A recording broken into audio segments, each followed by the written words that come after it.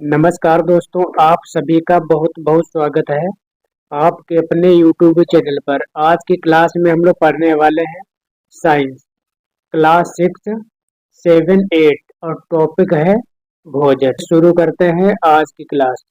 पहले हम लोग जानेंगे भोजन के बारे में। भोजन हमें पौधे तथा जंतुओं से प्राप्त होते हैं। भोजन हमारे लिए क्यों आवश्यक है? भोजन हमारे शरीर को ऊर्जा प्रदान करता है एवं रोगों से लड़ने की क्षमता प्रदान करता है। भोजन हमारे शरीर को स्वस्थ रखता है। आप पढ़ेंगे कि कौन कौन से जीव होते हैं। अब हम लोग जानेंगे शाकाहारी के बारे में। वे जंतु जो केवल पौधे एवं उसके उत्पाद को भोजन के रूप में ग्रहण करते हैं, उसे शाकाहारी कहते हैं। जैसे हाथी, हिरण, बकरी, भेड़, बैल इत्यादि। ये शाकाहारी जंतु हैं। अब हम लोग जानेंगे मांसाहारी जीव जंतु कौन से हैं। वैसे जंतु जो केवल दूसरे जंतुओं के मांस को भोजन के रूप में खाते हैं, उसे मांसाहारी कहते हैं। जैसे शेर, बाघ, चीता आदि। अब जानेंगे सर्वाहारी जंतुओं के बारे में।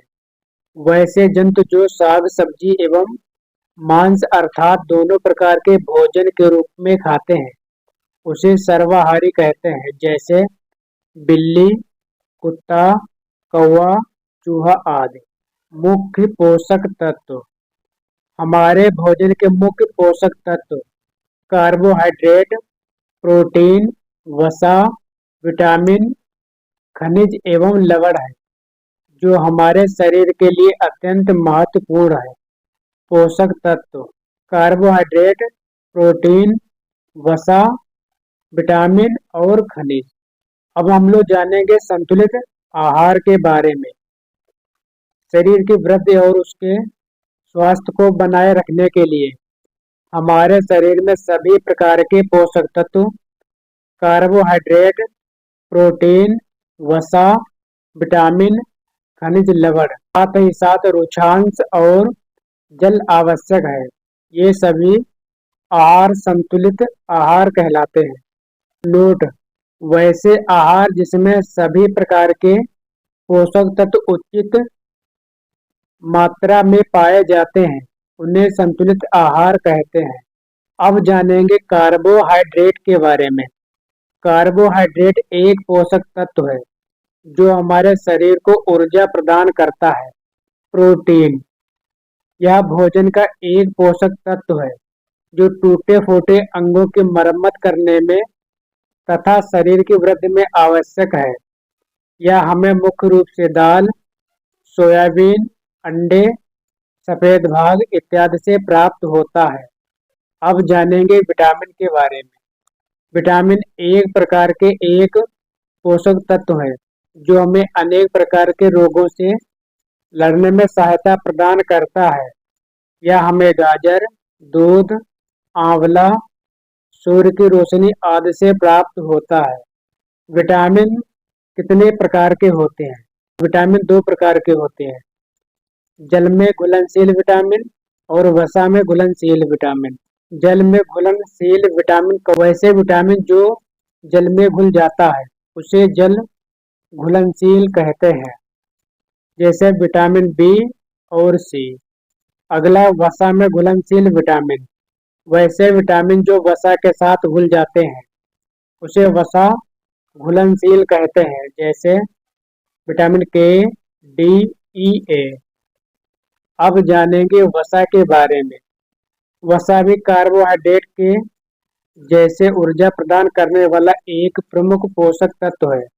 वसा का मुख्य स्रोत दूध, मांस, मछली, मूंगफली का तेल, घी, मक्खन इत्यादि है। नोट: हमारे शरीर में वसा की कमी से त्वचा में रूखापन हो जाता है तथा शरीर में गर्माहट नहीं होने देता है। अगला खनिज लवण। खनिज लवण को भी भोजन का पोषक तत्व बोला गया है। यह हमारे शरीर को ऊर्जा प्रदान नहीं करता है, परंतु अनेक कार्यों में सहायता करता है। नोट मानव शरीर में कम से कम 29 खनिज पाए जाते हैं, जिनका अलग अलग कार्य होता है, जैसे आयोडीन, पोटेशियम, कैल्शियम, फास्फोरस, लौह और सोडियम, जिनकी अधिकता और कभी से भी रोग जिनकी अधिकता और कमी से जिनकी अधिकता और कमी से भी रोग होता है। जल जल आहार का अहम योगदान माना जाता है। जल भोजन को पचाने एवं बचे हुए अवशिष्ट को उत्सर्जन में सहायक होता है। अगला है रुक्षांश। रुक्षांश को पोषक तत्व के तहत ही रखा गया है। इससे न केवल हमें वृद्धि मिलती है, बल्कि यह हमारे शरीर में पोषक तत्वों को पचाने में सहायता करता है। चना, मटर, सब्जी के छिलके रुक्षांश का स्रोत माना गया है। रुक्षांश को मानव शरीर के भार का लगभग 60 से 70% जल होता है। एक वयस्क व्यक्ति को प्रतिदिन 4 से 5 लीटर जल का सेवन करना चाहिए। अगला है खनिज लवण के स्रोत। आयोडीन, मछली, केकड़ा, आयोडीन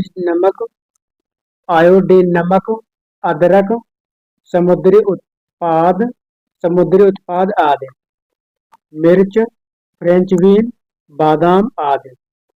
कैल्शियम दूध, अंडा, मूली, शलजम, केला आदि।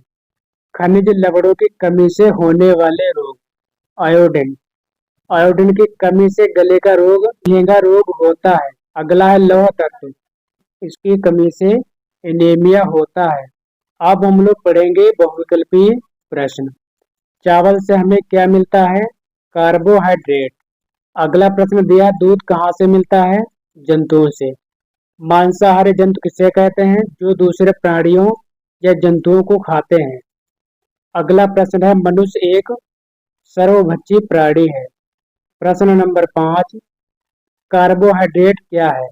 इसमें कार्बन, हाइड्रोजन और ऑक्सीजन होते हैं। जिसमें कार्बन, हाइड्रोजन और ऑक्सीजन होते हैं। शाकाहारी जंतु किसे कहते हैं? जो केवल पेड़ पौधे खाते हैं। अगला प्रश्न है, कौन सा खाद्य पदार्थ नाश्ते में खाया जाता है? दलिया। अगला प्रश्न दिया है, कार्बोहाइड्रेट क्यों जरूरी है? उपरोक्त सभी के लिए, यानी यह शरीर में ऊर्जा का मुख्य स्रोत है। यह स्वस्थ भोजन का जरूरी अंग है। शरीर को सुचारू रूप से चलाता है। प्रश्न नंबर 9, दूध किन जंतुओं से मिलता है? उपरोक्त सभी, यानी भैंस, गाय और बकरी से। अगला प्रश्न है, मांसाहारी जंतु कौन से हैं? उपरोक्त सभी, शेर, चीता, कुत्ता। हिरण कैसा जंतु है? शाकाहारी। पादप किसे कहते हैं? पेड़ पौधे को। शाकाहारी जंतु कौन से हैं? उपरोक्त सभी, गाय, बकरी, हाथी। अगला प्रश्न है, बाघ एक है क्योंकि यह मांस खाता है, तो यहाँ पर भरा जाएगा मांसाहारी। अगला प्रश्न है, हमें चीनी किससे मिलती है? तो चीनी मिलती है गन्ना से। प्रश्न नंबर 16, सर्वाहारी जंतु किसे कहते हैं? एक और दो दोनों को, यानी जो पौधे खाते हैं और जो मांस खाते हैं। सर्वाहारी जंतु कौन से हैं? उपरोक्त सभी, मनुष्य, भालू, कौवा। अगला प्रश्न दिया है, जड़ के रूप में कौन सी सब्जी होती है? उपरोक्त सभी, गाजर, मूली और शलजम। हम पौधे का कौन सा रूप भोजन में लेते हैं? उपरोक्त सभी, पत्ते वाली सब्जियां, फलों के रूप में, तने व पुष्प के रूप में। अगला प्रश्न है, निम्न में से क्या दुग्ध उत्पादन नहीं है? वनस्पति घी। अगला प्रश्न दिया है, निम्न में से दूध में क्या क्या पाया जाता है? उपरोक्त सभी, कैल्शियम, पोषक तत्व, विटामिन और मिनरल। अगला प्रश्न दिया है, हमारे भोजन का एक मुख्य स्रोत क्या है? एक और दो दोनों, पेड़ पौधे और जीव जंतु। पौधों से हमें मांस प्राप्त नहीं होता है। चावल की खेती कौन सी फसल में आती है? खरीफ में। अगला प्रश्न है, सब्जी खाने से हमें क्या मिलता है? सभी, विटामिन, प्रोटीन, कार्बोहाइड्रेट। अगला प्रश्न है, सुबह के भोजन को क्या कहते हैं? नाश्ता। भोजन से हमें क्या मिलता है?